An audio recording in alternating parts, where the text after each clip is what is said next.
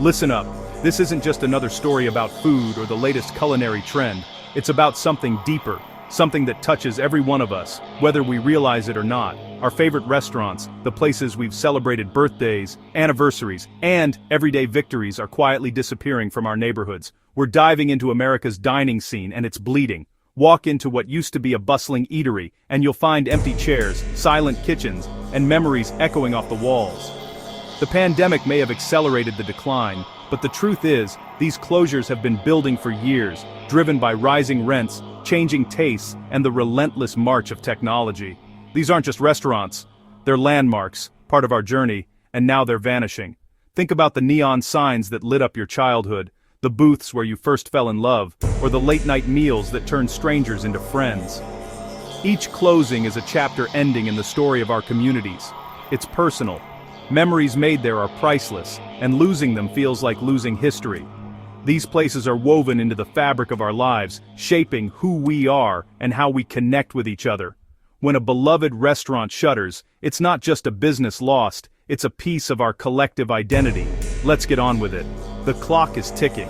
If we want to understand why this is happening, and what, if anything, we can do to stop it, we need to look beyond the headlines and dig into the real reasons behind the disappearance of America's favorite restaurants. So let's pull up a chair and get started.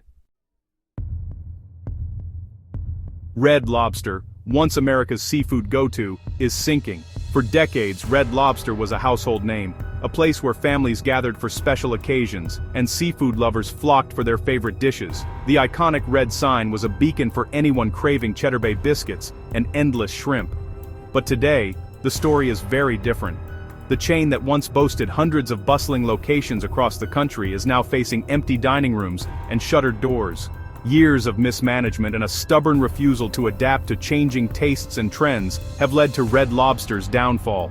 Leadership failed to modernize menus, update restaurant interiors, or embrace new technology that could have streamlined operations. Instead, they clung to outdated business models, ignoring the warning signs as customer numbers dwindled and competitors surged ahead. One of the most infamous decisions was the endless shrimp promotion. What was meant to draw in crowds ended up bleeding the company dry, as customers took full advantage and costs spiraled out of control. The promotion became a symbol of the company's inability to balance customer appeal with financial reality. The consequences have rippled far beyond the company's bottom line. Communities across America are losing a major employer, leaving hundreds of workers scrambling for new jobs and local economies feeling the impact of lost business. Red Lobster was more than just a restaurant. It was a place where families celebrated birthdays, anniversaries, and milestones. Its closure leaves a void in the social fabric, taking away a beloved gathering spot and a source of cherished memories. For many, it's a culinary tragedy that marks the end of an era. Ultimately, Red Lobster's story is a cautionary tale, a lesson in how not to run a restaurant in a rapidly changing world. It's a reminder that even the biggest names can fall if they fail to evolve, listen to their customers, and adapt to the times. There was a time when TGI Fridays was more than just a restaurant. It was a cultural phenomenon. On Friday nights, the neon lights beckoned, promising laughter, excitement, and a sense of belonging. It was the place where friends gathered after work, families celebrated milestones, and first dates sparked over loaded potato skins and colorful cocktails. But as the years rolled by, the world outside changed, and TGI Fridays struggled to keep up. The once vibrant decor, with its quirky memorabilia and checkerboard floors, began to feel less like a party and more like a relic of a bygone era. The energy that once pulsed through the dining room faded, replaced by an awkward silence.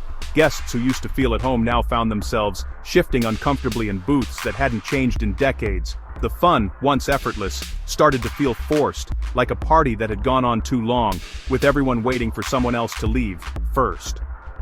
In a bid to recapture its former glory, TGI Fridays tried to reinvent itself. New menus were introduced, uniforms updated, and interiors modernized, but the magic was gone. The world had moved on, and the changes felt like too little, too late. The crowds never returned in the same way. For many, the decline of Fridays is more than just the loss of a restaurant. It's the end of an era, a place where memories were made, friendships forged, and youth celebrated. Looking back at old photos, you can almost hear the laughter echoing from the booths, a bittersweet reminder of what once was. The empty chairs and shuttered doors are a stark warning to the entire industry. Evolve with your guests, or risk fading into memory. The party's over for Fridays, but its story is a wake-up call for every brand hoping to stay relevant in a changing world. Ruby Tuesday, known for its garden bar, lost its identity. The menu was generic, and they became forgettable. For travelers, it was a reliable pit stop. Its disappearance leaves a void in roadside dining. They didn't give people a reason to choose them, and now they're gone. Applebee's, once a suburban staple, became stale. Predictable turned into boring. They alienated loyal customers trying to appeal to millennials. The nostalgia is real, but you can't build a brand on mediocrity. The neighborhood is shrinking, and Applebee's is being pushed out. Perkins was a sanctuary of comfort food, but consistency faltered and financial turmoil hit hard. The buildings aged and the charm faded. Losing Perkins means losing a piece of diner culture. They had a loyal following but couldn't manage the business side. Friendly's, a childhood dining legend, failed to adapt. The ice cream was iconic, but the rest fell apart. Multiple bankruptcies and closures followed. For travelers, it's one less unique experience. They forgot to deliver a complete package, leading to an unfriendly ending.